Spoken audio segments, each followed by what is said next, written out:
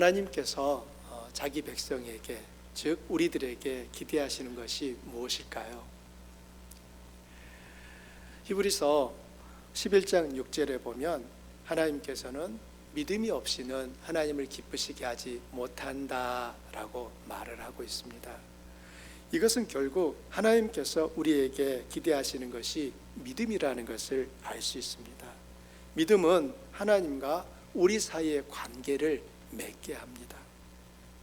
믿음이 없으면 하나님을 기쁘시게 하지 못합니다. 믿음이 없으면 하나님이 계신 것을 알지 못합니다. 아벨도 에녹도 노아, 아브라함, 수많은 이들이 한결같이 하나님을 기쁘시게 하는 삶을 살 수 있었던 비결은 믿음이었습니다. 그러면 그들은 하나님에 대해 무엇을 믿었던 걸까요? 히브리서 11장 6절은 이렇게 말하고 있습니다. 여러분 함께 읽어보실까요? 하나님께 나아가는 자는 반드시 그가 계신 것과 또한 그가 자기를 찾는 자들에게 상 주시는 이심을 믿어야 할지니라.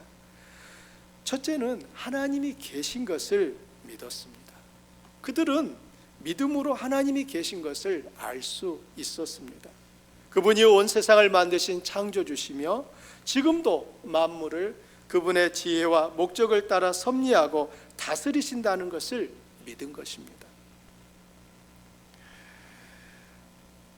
그들은 하나님이 계신 것을 믿었기에 하나님을 바라보는 삶을 살았습니다. 믿음 없는 사람들처럼 자신의 욕망과 쾌락과 자기 만족을 이루지 않는 삶을 살 수 있었던 것은 그들이 날마다 하나님을 바라보며 살았기 때문입니다. 두 번째로 그들은 하나님이 상 주시는 분이라는 것을 믿었습니다. 하나님은 자기를 찾는 자들에게 상을 주십니다. 믿으시면 아멘. 분명히 성경은 우리에게 말하고 있습니다. 하나님은 자기를 찾는 사람들에게 상을 주시는 분이다. 그들은 하나님이 주실 상을 바라보며 살았기에 이 세상을 살면서도 이 세상을 떠나 하나님 앞에 설 날을 준비할 수 있었던 것입니다. 만일 오늘이라도 하나님이 나를 부르신다면 내가 하나님 앞에 서야 된다는 그 사실을 알고 있었기 때문에 내게 주어진 그 시간, 매일매일은 하나님 앞에 어떻게 설 것인가를 준비하는 시간이었던 것입니다. 모세가 애굽의 왕궁을 버리고 하나님의 백성과 함께 기꺼이 고난받는 삶을 산 것은 그가 애굽의 보화보다 하나님의 상을 더 크게 여겼기 때문입니다. 믿음이 있으면 하나님을 기쁘시게 하는 삶을 살 수 있지만 믿음이 없으면 하나님을 기쁘시게 하는 삶을 살기 어렵습니다. 오늘은 추수감사주일입니다. 추수감사절의 주제는 당연히 감사입니다. 그래서 한 해 중 어느 때보다도 감사에 대해서 많이 생각하게 되는데요. 제가 감사에 대해 말해야 하는 이 자리에서 먼저 믿음을 말씀드린 이유는 감사와 믿음은 서로 깊이 연결되어 있기 때문입니다. 믿음이 없으면 감사하지 못할까요? 그렇지는 않습니다. 믿음이 없어도 감사할 수 있습니다. 그런데 그들의 감사는 조건적 감사에 머무르게 됩니다. 조건적 감사라고 하는 것은 그들이 바라는 것이 이루어졌기에 감사하는 것입니다. 그리고 그들이 감사하는 대상에서 하나님은 빠져 있습니다. 반면에 믿음이 있으면 바라는 것이 이루어졌을 때뿐만 아니라 이루어지지 않을 때조차도 감사할 수 있습니다. 감사하는 대상도 당연히 하나님이 먼저입니다. 여러분의 감사는 조건적 감사입니까? 무조건적 감사입니까? 우리는 대개 환경과 또 상황이 개선되고 자신이 바라던 소망들이 이루어질 때 감사합니다. 하지만 그런 조건적 감사는 누구나 할 수 있습니다. 하나님이 우리에게 기대하시는 감사는 환경과 상황이 개선되지 않더라도 자신이 바라던 소망이 아직 이루어지지 않아도 감사하는 것입니다. 오늘 본문 23절에 보면 감사로 제사를 드리는 자가 하나님을 영화롭게 한다고 말합니다. 하나님이 바라시는 감사는 조건을 뛰어넘는 감사입니다. 조건을 뛰어넘는 감사가 가능한 것은 하나님을 신뢰하기 때문입니다. 상황이나 환경이 좋아졌을 때 감사하는 것은 어렵지 않아요. 믿음이 없는 분들도 할 수 있습니다. 하지만 상황이나 환경이 개선되지 않고 오히려 더 힘들어질 때도 감사하는 것은 하나님을 신뢰하지 않으면 불가능합니다. 그런 감사는 쉽지도 않을 뿐더러 누구나 할 수 있는 것도 아닙니다. 이런 점에서 감사에도 격이 있다는 것을 알 수 있습니다. 히말라야 산맥에는 세계에서 가장 높은 산들이 밀집되어 있습니다. 약 8,000m가 넘는 산들이 14개가 있다고 합니다. 그래서 히말라야에서는 4,000m 이하는 산으로 보지 않는다고 합니다. 높이에 따라서 산, 마운튼, 또 봉우리, 피크, 언더, 힐이라고 이렇게 나누어지는데요. 산과 봉우리의 경계가 8,000m입니다. 높이가 7,000m나 되는 높은 곳도 산이 아니라 봉우리라고 분류합니다. 그리고 4,000m에서 5,000m 되는 곳은 언덕이라고 불러요. 여러분, 그러면 정말 언덕이라고 부르니까 별로 높이가 높지 않느냐? 아닙니다. 우리 한반도, 우리의 조국이었던 한반도에서 가장 높은 산이 무엇입니까? 북쪽에는 백두산이 있습니다. 2,744m고요. 남쪽에는 한라산이 있습니다. 1,950m입니다. 그러면 히말라야 산맥에서 언덕이라고 부르는 그 언덕이 우리 조국 한국에 있는 백두산보다, 한라산보다 2배는 더 높다는 것을 알 수 있습니다. 그렇다면 그 히말라야 산맥에 있는 높은 산 중에서도 가장 높은 산이 무엇입니까? 에베레스트입니다. 에베레스트 산이 가장 높아요. 얼마나 높으냐 하면 8,849m입니다. 어마어마하죠? 세계에서 가장 높은 산입니다. 에베레스트는 산 중에서도 최고봉입니다. 다른 산에 올라가서는 다른 산 꼭대기에 올라갔을 때, 다른 산 꼭대기에 올라가면은 그보다 높은 에베레스트가 보이는 거예요. 하지만 에베레스트 꼭대기에 올라가면 그것보다 높은 봉우리는 보이지 않는 것입니다. 감사에도 여러 가지가 가능한데요, 감사의 최고봉이 있습니다. 일반적인 감사의 형태는 그래서 감사하고 그러니까 감사하는 것입니다. 여러분 한번 따라서 해보실까요? 그래서 감사합니다. 그러니까 감사합니다. 이것은 어떤 상황과 결과가 자신이 바라는 대로 이루어져서 감사하는 것입니다. 그런데 그래서 감사나 그러니까 감사보다 더 높은 감사가 있습니다. 이것이 감사의 최고봉입니다. 무엇이냐면 그럼에도 감사하고 그것까지 감사하는 것입니다. 여러분 따라 해보실래요? 그럼에도 감사, 그것까지 감사. 사실 올 한 해를 돌아보면 우리의 삶에서 그래서 감사와 그러니까 감사는 많았을 것입니다. 이러이러해서 감사하고 이러이러하니까 감사하는 거 잘하신 것입니다. 사람들 중에 상당수는 그래서 감사도 하지 않거든요. 하지만 감사의 최고봉을 오르기를 원하시는 분은 의외로 많지 않을 것입니다.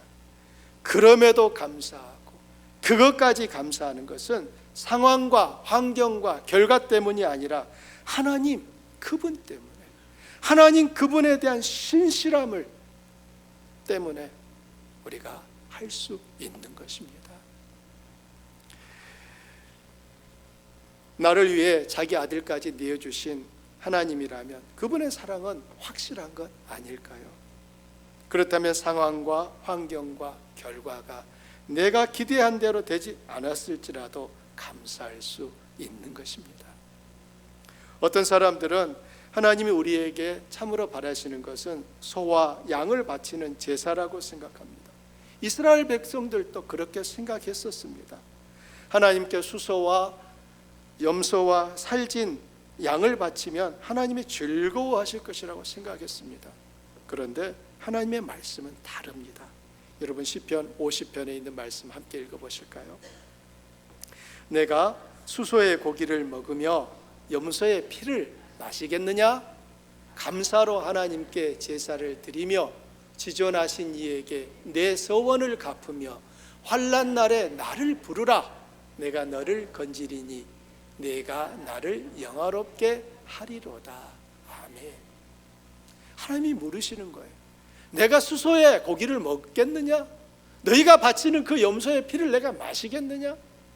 그렇지 않다는 거예요. 나는 감사를 드리는 그 사람을 내가 받는다. 내가 그를 기뻐한다 라고 말하시는 것입니다. 비록 많은 수소와 염소와 양을 제물로 바칠지라도 그것이 감사 없이 감사를 대신하여 드리는 거라면 하나님은 기뻐하시지 않습니다. 하나님이 진정으로 원하시는 것은 제물이 아니라 바로 우리 자신이기 때문입니다. 성도 중에 어떤 분은 자신이 가진 소유물을 드리는 것으로 자신을 드리는 것을 대신하려고 합니다. 헌금을 많이 하면, 봉사를 많이 하면, 어떤 일을 많이 하는 것으로 자기 자신을 드리는 것을 대신할 수 있다고 생각합니다. 과연 그럴까요? 하나님의 말씀을 보면 그러한 생각이 잘못된다는 것은 단번에 확인할 수 있습니다. 시편 50편 9절부터 12절에 있는 말씀입니다. 이 말씀도 우리 함께 읽겠습니다. 내가 내 집에서 수소나 내 우리에서 순염소를 가져가지 아니하리니 이는 삼림의 짐승들과 무산의 가축이 다 내 것이며 산의 모든 새들도 내가 아는 것이며 들의 짐승도 내 것이미로다. 내가 가령 줄여도 내게 이르지 아니할 것은 세계와 거기에 충만한 것이 내 것이미로다. 주님이 내가 가령, 여기서 이 가령이라고 하는 것은 그런 일이 일어날 리가 없지만 이라는 말이에요. 내가 가령 정말 배가 고프다 할지라도 너희에게 좀 다오 라고 말하지 않는다는 것입니다. 왜냐하면 이 세상과 이 세계 안에 충만한 것들이 모두 다 주님 그분의 것이기 때문입니다. 하나님이 원하시는 것은 우리 자신입니다. 하나님은 우리가 진심에서 드리는 감사를 원하십니다. 우리 자신을 드리는 가장 최고봉이 감사거든요. 그리고 그 감사는 어디까지 할 수 있느냐에 따라서 우리의 감사의 격이 달라지는 거예요. 그래서 감사하는지, 그러니까 감사하는지, 아니면 그럼에도 감사하고 그것까지 감사하는지, 하나님께서 우리를 보시며 하나님 기대하시는 그 감사의 수준은 바로 그럼에도 감사, 그것까지 감사하는 것입니다. 하나님께서 이렇게 감사를 원하시지만 우리 안에 있는 믿음이 흔들리면 감사도 흔들립니다. 믿음과 감사는 서로 붙어 있습니다. 그러므로 믿음과 함께 감사를 심으셔야 돼요. 여러분이 기대하는 모습과 결과가 아니더라도 그 순간 믿음으로 감사를 심으면 하나님은 반드시 여러분의 감사가 열매를 맺게 하십니다. 감사하기 어려운 순간에도 믿음으로 심은 감사는 여러분에게 더 큰 기쁨을 돌려줄 것입니다. 이 사실을 믿으시기 바랍니다. 2011년 저는 가족들과 함께 미국에 왔습니다. 신학교에서 공부를 더 하고 싶어서 왔었습니다. 미국에 온 지 10일이 되었을 때 그날 주일 아침이었습니다. 교회를 가려고 준비하고 있었는데 저희 아이들의 방에서 비명소리가 들렸습니다. 뛰어가서 보니 큰아이의 왼쪽 팔꿈치가 으스러져 있었습니다. 저는 태어나서 팔이 그렇게 몸에서 떨어져 있는 것은 처음 봤습니다. 덜렁덜렁 하더라고요. 정말. 순간 제가 걱정한 것은 아들의 팔이 아니라 돈이었어요. 아이고, 이거 병원 가면 엄청 나오겠는데. 순간 저는 꾀를 내고자 아이의 이 빠진 팔을 제가 한번 맞춰볼 수 있지 않을까 싶은 마음에 아이의 팔을 잡아서 이렇게 만지니까 더 소스라치게 비명을 질러대는 거예요. 아, 이건 내가 할 수가 없는 부분이구나. 아직 제대로 인사도 하지 못했고 그냥 지나다니면서 하이 헬로우만 했던 이웃집 분의 집으로 달려가 문을 두들겼습니다. 주일 아침이었기 때문에 푹 쉬고 계시다가 그 노크 소리에 달려 나오신 거예요. 다짜고짜 되지도 않는 영어로 우리 아이가 병원에 가야 되니까 좀 데려다 달라고. 자동차도 없었거든요. 그리고 병원이 어디에 있는지도 몰랐어요. 그렇게 해서 저희는 열흘 만에 아이가 병원에 입원하게 되고 큰 수술을 받아야 됐습니다. 병원비가 5만 불이 넘게 나왔습니다. 제 유학 자금이 다 이제 날아갈 방안인 거예요. 그 순간 하나님께서 왜 이런 일을 겪게 하시는 건지 알 수가 없었습니다. 분명히 하나님을 의지하고 믿음으로 미국에 건너왔어요. 그러나 저희는 열흘 만에 다시 돌아가야 될 상황이 된 것입니다. 이해가 안 됐습니다. 그렇지만 그때 저와 저희 가족들은 하나님 앞에 감사를 드렸습니다. 어떻게 드렸냐면, 하나님, 아이가 2층 침대에서 떨어졌는데 머리가 안 다치고 팔목이 다친 거 감사합니다. 팔꿈치가 다친 거 감사합니다. 하나님, 도무지 이해되지 않는 상황이지만 하나님은 분명히 뜻이 있으실 것을 믿기에 감사를 드립니다 라고 했습니다. 저희에게는 정말 아득한 시간이었습니다. 그런데 가만히 되돌아보면 저희가 그때로부터 지금 12년째 미국에 살고 있다는 사실입니다. 저희는 그때 한국으로 돌아가지도 않았습니다. 그리고 저희 아이는 그때 이 팔꿈치를 수술해 주셨던 그 닥터 혼이라고 하는 그 의사 선생님 밑에서 쉐도잉이라고 하는 의대를 가기 위한 준비를 할 수 있는 기회를 얻었었고요. 또 아이는 지금 그것을 기회 삼아서 의대를 가려고 준비하고 있습니다. 우리 삶에 있어서 그래서 감사라고 하는 것은 당연히 할 수 있습니다. 하지만 그럼에도 감사하고 그것까지 감사하는 것은 믿음이 필요한 부분입니다. 하나님이 우리에게 바라시는, 기대하시는 감사는 그럼에도 감사하고 그것까지 감사하는 것입니다.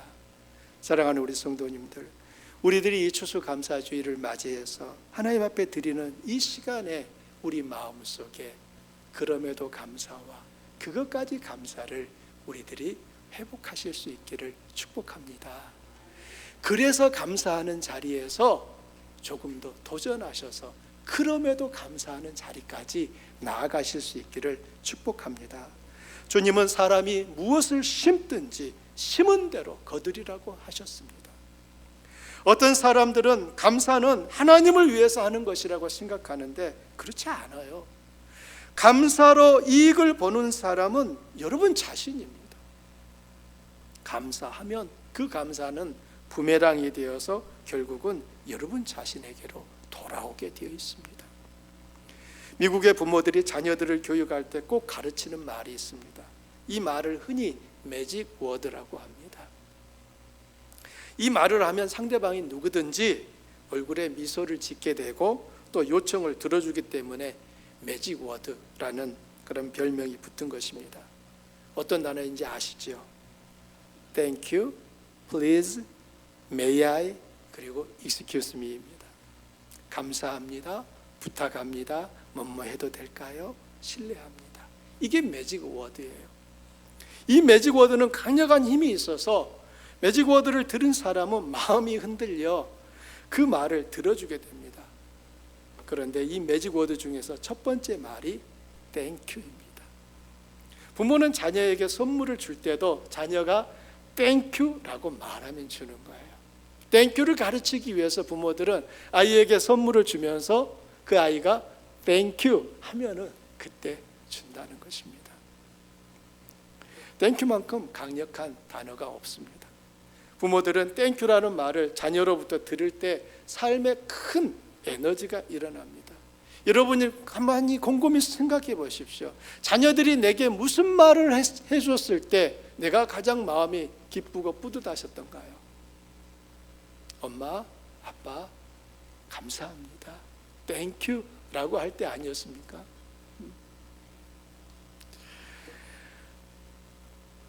부모들은 땡큐 소리를 듣게 되면 얼굴에 큰 미소가 지어지고 마음에는 뭉클한 감동이 일어납니다. 자신이 한 일을 자녀가 알아주고 인정해 주기 때문입니다. 감사합니다는 정말 놀라운 힘이 있습니다. 감사합니다 라고 하면은 돈을 빌려주면서도 또 빌려주고 싶은 마음이 생깁니다. 그러나 감사합니다를 빼먹는 사람을 만나면 죽어도 기분이 찜찜하지요. 감사만큼 능력 있는 말이 없어요. 정말 여러분께서 평소 생활 속에서 이 땡큐를 많이 하실수록 여러분의 삶은 더 행복해지게 되어 있습니다. 이런 마음은 우리 하늘 아버지도 동일합니다. 우리들이 하늘 아버지께 땡큐라고 말할 때 그분은 기뻐 춤을 추십니다. 감사만큼 하나님을 높이고 영화롭게 하는 것도 드뭅니다.